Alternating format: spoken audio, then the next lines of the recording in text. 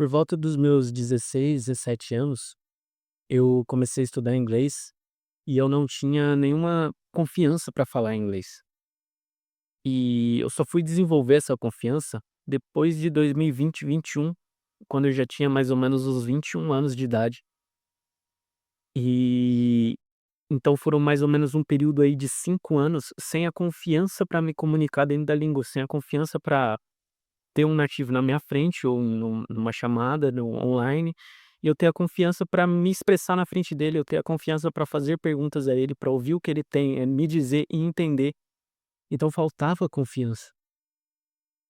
E hoje eu entendo que não era só confiança que faltava, era conhecimento, porque a confiança ela vem a partir do momento que você desenvolve conhecimento naquela língua, conhecimento na área que você deseja ter, o repertório e o vocabulário para conversar. Então, imagina um estudante de engenharia, no primeiro ano de engenharia, que ele dá aula de engenharia. Não faz sentido, ele ainda não tem repertório suficiente, ele ainda está só um ano dentro de uma missão que vai durar por no mínimo 4 para começar a trabalhar na área. Então, não faz sentido ele querer já dar aula, palestrar dentro daquele assunto, porque ele não tem confiança, ele não tem repertório dentro daquilo. E mais ou menos o que acontece dentro do inglês, dentro dos idiomas. Eu hoje estudo espanhol já tem um tempo, porém, não tenho confiança para falar em espanhol. Eu produzo palavras e frases básicas, assim, de hecho, como se llama, coisas muito superficiais, ainda não tenho a profundidade que eu tenho, a capacidade que eu tenho de me comunicar como eu tenho no inglês hoje. No japonês, então, nem se fala. Mas o que me desenvolveu foi aumentar o meu nível de repertório dentro da língua, começar a desenvolver um conhecimento sólido dentro da língua, porque a confiança, a confiança ela é fruto da sua capacidade. Então, se você tem uma capacidade elevada, um conhecimento elevado dentro de certa habilidade, e aqui a habilidade que eu estou falando é o aprendizado de um idiomas, a confiança ela expande, você se sente com uma autoestima elevada, você se sente capaz de fazer aquilo. E por muito tempo eu neguei esse pilar, eu negava esse pilar. Eu queria ser capaz de falar sem nem ser capaz de compreender 100% das coisas que eu escuto. E a gente sabe hoje que o idioma ele é aprendido por uma pessoa, ele é adquirido por uma pessoa através de um mecanismo chamado de input compreensível. Input compreensível é a quantidade de informação que você compreende ao escutar ou ler.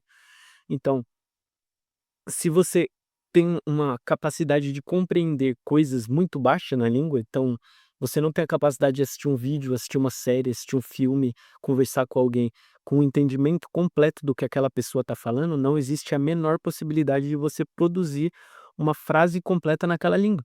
É um erro muito comum das pessoas quererem falar muito cedo, quererem falar desde o primeiro dia. Você pode falar desde o primeiro dia? Sim, não é proibido, mas você tem que entender que a produção da fala não vai acontecer no primeiro dia.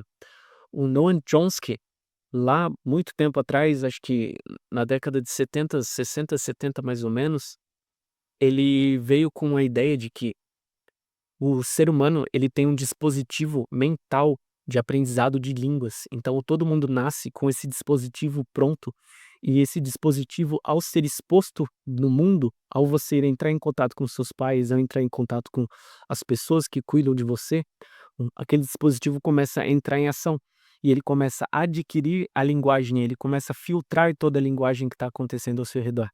Então, imagina esse dispositivo acontecendo novamente desde o zero, agora num segundo idioma. O Stephen Krashen ele colocou, ele discerniu o conceito de aquisição de idioma e o aprendizado de idioma. Aprendizado é você saber sobre o idioma sem necessariamente saber falar o idioma. É você saber explicar para alguém o que que é o verbo to be, mas não necessariamente quando você for conversar com alguém, você vai utilizar o verbo to be da maneira correta. Você vai falar "you was" em vez de "you were", por exemplo. Então Beleza, a gente sabe que o conhecimento ele é fruto, né, a confiança, a autoconfiança na fala, ela é fruto do seu conhecimento dentro da língua.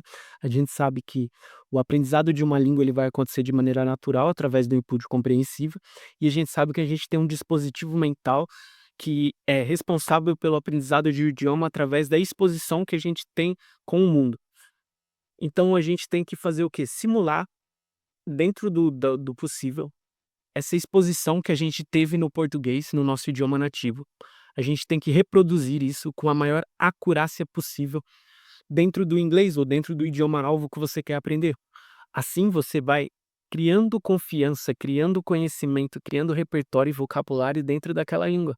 Então, uma pessoa que tem um conhecimento baixo em inglês significa que ela tem um nível de exposição a input compreensível baixo em inglês. Então, imagina uma criança de 6 meses de idade. É isso que está acontecendo ali no cérebro daquela pessoa, mais ou menos. A diferença entre a criança e o adulto é que a criança ela tem um zero conhecimento de línguas, então o Noam Chomsky chamou esse conhecimento zero inicial de gramática universal. A criança ela nasce com a capacidade de aprender qualquer idioma do zero e ela vai ter uma facilidade de captar qualquer tipo de gramática possível entre todas as línguas que existem. Existem similaridades em todas as línguas, e ele chama essas similaridades de gramática universal.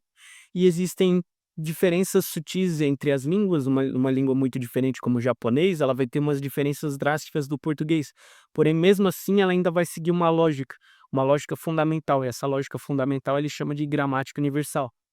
Por exemplo, toda língua vai ter verbo, toda língua vai ter um sujeito, toda língua vai ser constituída de pequenas frases e não necessariamente de pequenas palavras. Às vezes um sujeito de uma frase ele é uma frase por si só, ele é um conjunto enorme de palavras. Por exemplo, eu posso falar: "O cara bateu a mão na mesa", aí então o sujeito é o cara. Aí eu posso falar assim: "Aquele cara que estava de camiseta azul no dia 7 de setembro de 2004, ele bateu a mão na mesa". Percebe que agora o sujeito da frase é aquele cara de estava de camiseta azul, então já expandi muito o tamanho do sujeito da frase. E toda língua vai ter isso, toda língua vai ter esses sujeitos, vai ter, verbos, vai ter nomes para as coisas do mundo, substantivos, e essa gramática universal ela leva tempo para ser adquirida, você não vai adquirir a gramática universal, né, essa gramática universal ela tá mais presente, mais fortemente dentro de uma criança, mas você ainda tem o mesmo sistema dentro de si.